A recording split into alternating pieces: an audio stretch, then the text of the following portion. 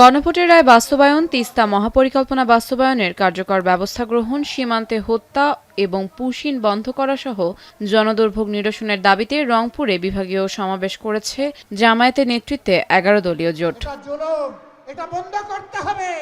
সমাবেশে বিরোধী দলীয় নেতা ও জামায়াত আমির ডক্টর শফিকুর রহমান বলেন, গণভোটের রায় বাস্তবায়নে কোনো ছাড় দেবে না বিরোধী দল। একই সঙ্গে তিনি মন্তব্য করেন, তিস্তা মহাপরিকল্পনা নিয়ে কথার ফুলঝুরি নয়, যে কোনো মূল্যে এর বাস্তবায়ন করতে হবে।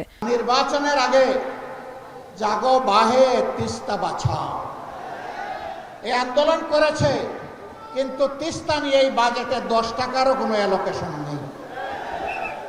নোভা এলইডি টিভি, ঝকঝকে ছবি, নিখুঁত শব্দ, 5 বছরের ওয়ারেন্টি। নোভা মানি, সঠিক মান, নিশ্চিত সেবা। আমরা আর কথার ফুলঝুরি শুনতে চাই না, দেখতে চাই না, আমরা বাস্তব পদক্ষেপ দেখতে চাই। এই সরকার যদি ব্যর্থ হয়, আগামীতে ইনশাআল্লাহ আপনাদের সহযোগিতা, দোয়া, ভালোবাসা, সমর্থন, ভোটে নির্বাচিত হয়ে 11 দল সরকার গঠন করে সেই দাবি বাস্তবায়ন করবে ইনশাআল্লাহ। বিভাগীয় সমাবেশে বিরোধী দলীয় চিফ হুইপ ও এনসিপির আহ্বায়ক নাহিদ ইসলাম বলেন, জুলাই অভ্যুত্থানের সাথে প্রতারণা করেছে বিএনপি। রংপুরে বিরোধীরা জেতায় এখানকার উন্নতিতে বাজেটে যে পরিমাণ বরাদ্দের প্রয়োজন তা দেয়া হয়নি বলে অভিযোগ করেন তিনি।